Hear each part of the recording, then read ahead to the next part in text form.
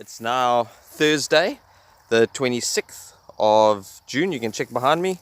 That's all the field. There's 3 rags in there. There's builders on the far side of the school field. So there's some good distractions. Let's see how it goes. This is not on a track.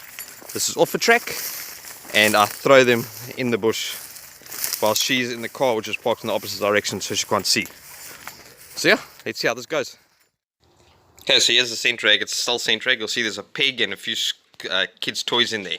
So basically, I'd give her this rag to smell, boom, and I'd tell her to go find the scent rags. So this is a school field I'm standing on. It's an active school field, so there's a lot of school kids that were there during the day, probably about 2 or 3 hours before. And there's cow dung and horse spoor. So there's obviously a very active field, the whole area.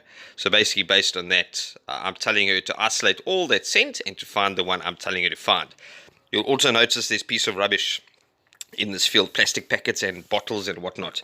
So she actually smells them. You'll actually see she smells them, she dismisses it, and she carries on.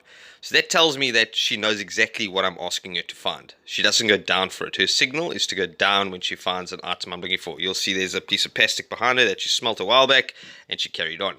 So ultimately, she's trying to find the items I'm telling her to find, which obviously is a great asset when it comes to an investigation, especially where there's either multiple pieces of stuff all over the show, and the detectives must establish which ones belongs to the suspect or the victim. You'll see she went down, boop, and there's the rag.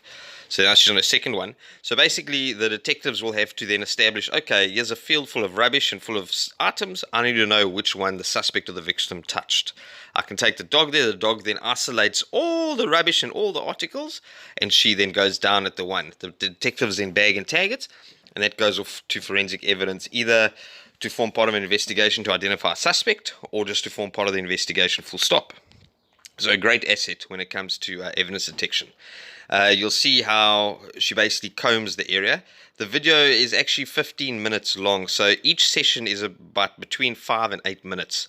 You'll see I just edited to a 3-minute video, obviously for time, but it is quite time consuming, and it is a structured search. It's obviously, I don't want to just bore you with all the running up and down. And that's it. You'll see there she found another one, boom. And you must imagine that you'll never find this stuff in real life if you're just walking through the field. And there she goes down, and there's the pig, minute pig. And that's it.